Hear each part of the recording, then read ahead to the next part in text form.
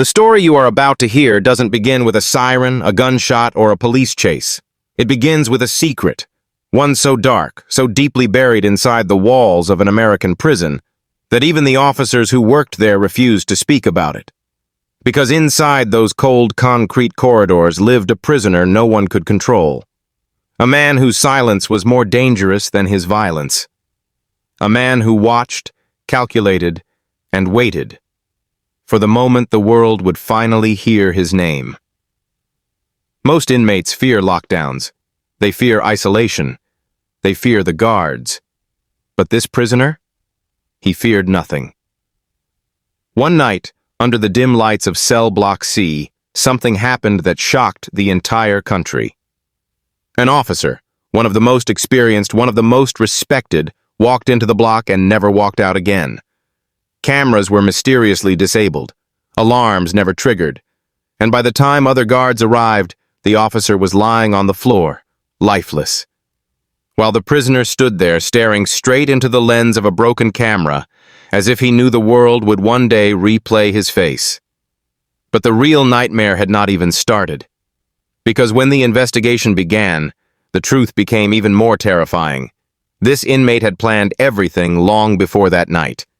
And what he did next forced the entire nation to ask one chilling question. How does a prisoner become more dangerous inside the jail than he ever was outside? The investigation into the officer's death began before dawn, but investigators quickly realized this was not a typical prison incident. The entire cell block felt wrong, too quiet, too calculated, as if the violence that took place wasn't a moment of rage, but a move in a long-planned game. The inmate responsible, known only as Carter Briggs, had a history that already frightened guards. He wasn't the loud, aggressive type who caused chaos to prove dominance. He was the opposite, cold, calm, observant. He listened more than he spoke, and when he finally did act, it was with terrifying precision. The first officers on the scene noticed something strange. There were no signs of struggle. The floor was clean, the walls untouched, and the officer's body showed only what looked like a single, well-placed strike. For a prisoner with no weapon and no opportunity, the brutality of the attack shouldn't have been possible. Yet there it was, undeniable. Security footage added even more mystery. Every camera that faced Carter's cell went dark 5 minutes before the murder. Not broken, not tampered with, just offline, as if someone with internal access shut them down. But who? No guard admitted to it. No system logs showed an error. It was as if the cameras simply chose to stop recording. Carter himself gave no answers. He sat calmly in his cell, hands resting on his lap, eyes fixed straight ahead, almost as if he was expecting applause instead of handcuffs. The detectives who interrogated him described the same reaction. Complete silence. Not fear, not regret, not aggression.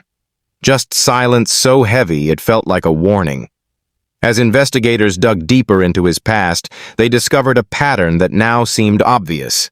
Carter had never committed crimes for money, revenge, or impulse. Every act he committed served a purpose that only he understood. Even his original arrest, the one that landed him behind bars, was filled with inconsistencies. The timeline didn't add up. Witnesses contradicted each other. Evidence disappeared. It looked less like a conviction and more like someone wanted him locked away in the one place where his skills could be contained, or observed. Now, with a murdered officer and a prison full of unanswered questions, the federal authorities stepped in. They sealed off the cell block, interviewed every guard, and ordered a full lockdown. But for every question they asked, a new mystery surfaced. How did Carter know the officer would enter his block alone? How did he disable the cameras without touching the system? And why did he remain so calm afterward, as if the killing wasn't the end of something, but the beginning? The more they investigated, the more one truth became impossible to ignore. Carter Briggs had never been an ordinary prisoner. He was something far more calculated, far more dangerous, and far more prepared than anyone in that prison had ever realized. And for the first time, authorities feared that the prison walls weren't containing him. They were empowering him. The prison descended into chaos after the officer's death, but Carter Briggs remained the calmest man inside the facility. While alarms blared, guards shouted orders, and inmates pounded on their cell doors, Carter simply sat in the corner of his bed, watching everything with the same quiet, predatory focus. This unsettled the prison staff more than anything else. Most killers panic. Most inmates try to explain themselves. Carter acted like a man waiting for the next event in a plan he'd already written. The warden ordered a full psychological evaluation, hoping to find some explanation: rage, psychosis, trauma, anything that could justify the calculated nature of the attack. But the prison psychologist returned, shaking her head. Carter wasn't insane. He wasn't unstable. His pulse didn't rise. His breathing didn't change. He passed every cognitive test with perfect clarity. According to her report, he possessed something far more dangerous than insanity: total emotional control. But if he was so calm, why had he killed the officer? To answer that, investigators turned to the prison's internal logs. And that's when something chilling appeared. For the past 2 months, Officer Raymond Hale, the man Carter killed, had been assigned to Carter's block far more frequently than usual. Unofficial rotations, late-night rounds, unscheduled visits. It was as if Hale was watching Carter, or searching for something. The deeper investigators looked, the stranger it became.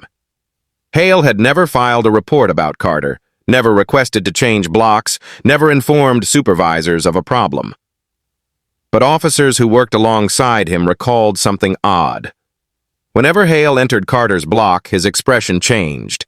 He became tense, cautious, as if he wasn't dealing with an inmate, but with a threat no one else understood. One guard, speaking off the record, described an encounter just days before the killing. Hale had pulled him aside and said quietly, "If anything happens in Block C, make sure you're not near his cell." When the guard asked why, Hale simply shook his head and walked away. Meanwhile, Carter began receiving letters, handwritten, unmarked, with no sender. Some slipped under his cell door. Others arrived through official mail channels with no traceable origin. Every letter contained the same 3 words: no loose ends. Who sent them? What did they mean? And who were the loose ends? Prison intelligence scanned handwriting samples, ink types, paper sources. Nothing matched anyone on record. The letters seemed to come from nowhere. Yet Carter kept each one neatly folded, hidden inside a gap in his mattress. As pressure mounted, the warden considered transferring Carter to a maximum security isolation unit. But federal agents advised against it. They feared moving him would trigger something worse, something planned. Because the murder wasn't random. It wasn't emotional. It wasn't a sudden explosion of violence. It was the first move in a sequence. And Carter Briggs had only just started playing. The deeper investigators went, the more they realized Carter Briggs had built a network inside the prison without ever speaking more than a few words. It wasn't a gang, not a group of allies, and not a circle of friends. It was something far more unsettling, an influence. Inmates who had never interacted with him began confessing that Carter had a way of making you understand things without saying them. Some said it felt like he could see through you. Others described feeling pressured to follow unspoken instructions. No threats, no trades, just quiet, penetrating control. Detectives were baffled. How could a single inmate with no physical intimidation and no visible communication manipulate so many different men? But the answer revealed itself when they discovered Carter's role in a forgotten prison program from years earlier, one that had been shut down abruptly. It wasn't therapy, it wasn't behavior correction, it was classified. And it involved testing how certain personalities could influence group behavior under extreme confinement. Carter had been one of the subjects, not by force, but by choice. That changed everything. Now it made sense why he never showed emotion, why he could remain still for hours, why he seemed to understand people before they spoke. He had been trained or conditioned to read patterns, predict behavior, and use silence as psychological weight. To the inmates, he wasn't a monster, he was a presence. The warden demanded the old program files, but the federal agents refused access. They claimed the documents were sealed, classified, and irrelevant. But their sudden involvement told a different story. If Carter was part of that program, he might not have been placed in the prison randomly. He might have been put there as part of a long-term observation that went wrong, or exactly as intended. Meanwhile, strange activity began happening across the facility. Doors that were always locked suddenly malfunctioned. Intercoms activated with no one on the other end. Lights flickered in specific patterns prisoners claimed Carter watched closely. Guards thought it was paranoia, until technicians confirmed someone was remotely accessing the electrical grid from inside the prison. But how? Carter had no access to tools, no technology, no contact with the outside world. Yet every system failure seemed timed to his movements. When he sat still, the prison was stable. When he stood, alarms tripped. When he paced in his cell, lights dimmed block by block, as if the building itself responded to him. Investigators finally found their first break when a technician discovered unauthorized wiring behind a ventilation grate near Carter's cell. It wasn't installed recently. It had been there for years, long before Carter arrived. Someone had modified the prison's electrical systems, but never documented it. And whoever built it seemed to know Carter would eventually find it. One thing became undeniable. Carter wasn't reacting to the prison. He was communicating with it. The real question wasn't how he killed the officer. It was what he was preparing for next. As the prison struggled to regain control, a pattern began forming, one that terrified the investigative team more than the murder itself. Every strange malfunction inside the facility seemed to be guiding the staff's attention away from a specific section of the prison, the East Maintenance Wing, a place no inmate was supposed to access. It contained old storage rooms, outdated control panels, and sealed-off corridors from a previous expansion. Most guards barely remembered it existed, but Carter did. When investigators pulled old blueprints, they discovered something disturbing. The maintenance wing had been part of the same classified program Carter was once involved in. It wasn't designed for repairs, it was designed for observation. Hidden observation rooms, reinforced chambers, soundproof halls, all abandoned after the program ended, or so they believed. The team decided to search the wing. They expected dust, broken pipes, maybe forgotten equipment. What they found instead froze them in place. Inside one of the locked storage rooms was a wall covered entirely with notes, handwritten, chaotic, layered pages of surveillance logs and psychological profiles. Names of inmates, schedules of guards, timelines of incidents, every detail meticulously recorded, all written in the same handwriting as the strange letters Carter had received. This wasn't a fan. This wasn't a follower. This was someone inside the prison. A second player. And whoever they were, they had been tracking Carter long before he killed Officer Hale. As the investigators read deeper, a frightening pattern emerged. The logs predicted movements, predicted reactions, predicted conflicts. It was almost as if someone had mapped out how the prison would respond to different triggers, riots, lockdowns, guard rotations. Whoever collected this data understood not just the building, but human behavior inside confinement. And every note pointed to one conclusion. Carter wasn't acting alone. He was following a sequence designed for him. The team rushed back to question Carter, but his cell was silent. He sat on the floor, eyes closed, breathing slow and steady. For the first time since the murder, he spoke a single sentence, quiet and controlled. "It's already begun." Before the guards could press him, sirens erupted through every block. Steel doors slammed shut, trapping guards and inmates alike. Lights flickered, turning the prison into a maze of darkness and red emergency glow. Someone had taken full control of the facility's electrical grid. The warden shouted orders. Guards ran in every direction. But the doors wouldn't budge. Every escape route was locked. Every override command failed. It wasn't a malfunction. It wasn't an accident. This was a takeover. And in the middle of the growing panic, Carter stood. Not angrily, not emotionally, purposefully. Investigators realized the truth too late. The murder of Officer Hale was only the opening move. Hale wasn't just a target, he was a blocker. Someone who threatened the sequence, someone who understood the plan. Now the real operation had begun, and the prison was no longer holding Carter Briggs. It was becoming his weapon. The prison was no longer a correctional facility. It had transformed into a battlefield of shadows, alarms, and locked steel. Every hallway echoed with panic. Guards trapped behind sealed doors. Inmates pounding on metal for answers. Emergency lights flickering like a warning heartbeat.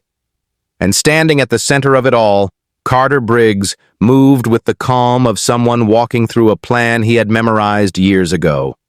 Federal agents scrambled to regain control of the systems, but every command they entered was instantly overridden. Whoever had taken over the grid wasn't just hacking. They were controlling the power flow with such precision that even the backup generators followed the intruder's instructions. This wasn't an attack made in the moment. It was engineered, pre-designed, practiced. And Carter was walking toward the East Maintenance Wing, the same wing where investigators found the mysterious surveillance logs. Agents followed, weapons raised, trying to corner him. But every time they advanced, the prison shifted. Doors slammed shut behind them. Lights died ahead of them. Air vents activated, redirecting sound so they couldn't track Carter's footsteps. It felt like the building was alive, responding not to its staff, but to Carter's movements. The question now wasn't how the system was being controlled. It was who was controlling it. When agents reached the observation room, they found a second figure standing among the scattered notes and glowing monitors. A man in a maintenance uniform, face hidden behind a hood, hands moving across an old panel wired directly into the prison's core circuitry. He didn't resist. He didn't run. He simply looked at Carter with an expression that felt less like recognition and more like completion. Carter nodded once. The man stepped aside. This was the partner the team feared existed. But the truth was worse. This wasn't a partnership. This was a reunion. The second figure had been part of the classified program too. Another forgotten subject left inside the system long after the program ended. While Carter had been placed inside the general population, this man had been buried behind the walls, maintaining the hidden machinery and waiting for the signal. Together, they activated the final sequence. Suddenly, every locked steel door in the building hissed, then flung open. Every camera snapped back online. Every alarm stopped. Silence. A silence even more terrifying than the chaos. Carter didn't run for freedom. He didn't attack anyone. He simply walked into the open hallway as if he belonged there. And without a word, inmates stepped back, giving him a clear path. Instinctively, almost respectfully. Federal agents aimed their guns, but something about the stillness made them hesitate. For the first time, Carter spoke clearly. "You built this place to control us, but you taught us how to control it." Before they could react, the emergency gates at the outer perimeter opened. One final override. A straight path to the outside world. And as Carter and the second subject walked through the doorway, disappearing into the darkness beyond the fence, one chilling realization echoed through the minds of everyone watching. They weren't escaping. They were returning to whatever mission they had been engineered for. The prison wasn't tea.